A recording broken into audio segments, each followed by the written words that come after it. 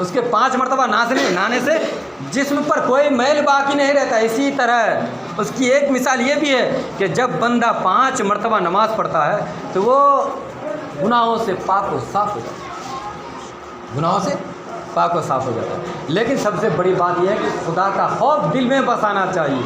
لیکن جب تک خدا کا خوف دل میں بسے گا نہیں، نہ ہم بڑے چھوٹے کی عزت کریں گے، نہ عالم علماء کی عزت ہمارے دل میں ہوگا. آئیے دیکھیے حضور محمود غزنوی، بہت بڑے بادشاہ گزرے. کون؟ محمود غزنوی.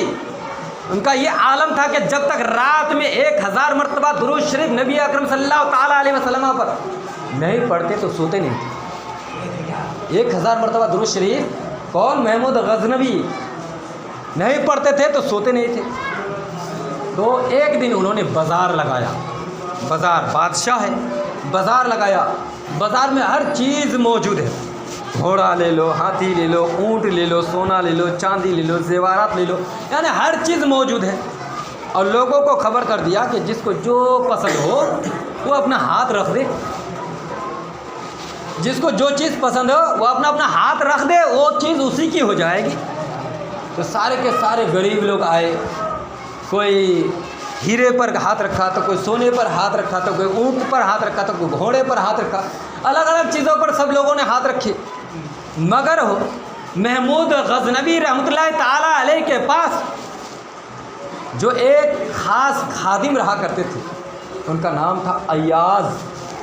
کیا نام تھا؟ ایاز. اب وہ لوگوں کے صفوں سے ہو کر جا رہے ہیں. ادھر بھی دیکھ رہے، ادھر بھی دیکھ رہے، ادھر بھی دیکھ رہے، ادھر دیکھ رہے سونے چاندی کے زیورات، ادھر دیکھ رہے ہیرے موتی. چاروں طرف سے بادشاہ نے ڈھیر لگا دیے. مگر ایاز، اللہ اکبر، قربان جائے ایاز کی ایمان پر، چاروں طرف سے دیکھ رہے مگر کسی چیز کی طرف وہ ہاتھ نہیں بڑھاتے. محمود غزنوی عرض کرتے ہیں، اے ایاز، آخر تو کیوں نہیں ہاتھ رکھتا؟ ایاز 1-2 قدم بڑھ کر جا کر سیدھا کسی چیز پر ہاتھ نہیں رکھتے بلکہ محمود غزنوی پر جا کر ہاتھ رکھتے، بادشاہ پر جا کر ہاتھ رکھتے ہیں. کہہ رہے ایاز تم نے یہ کیا کیا؟ کہا حضور، آقا آپ ہی کا تو فرمان ہے کہ جو جس پر ہاتھ رکھے گا وہ چیز اسی کی ہو جائے گی. تو میں نے آپ کے اوپر ہاتھ رکھ دیا تو ساری چیز میری ہو، ساری چیز میری ہو گئی. اب ایاز کا ایک بیٹا تھا، اس کا نام اس نے رکھا تھا محمد. کیا نام رکھا تھا؟ محمد.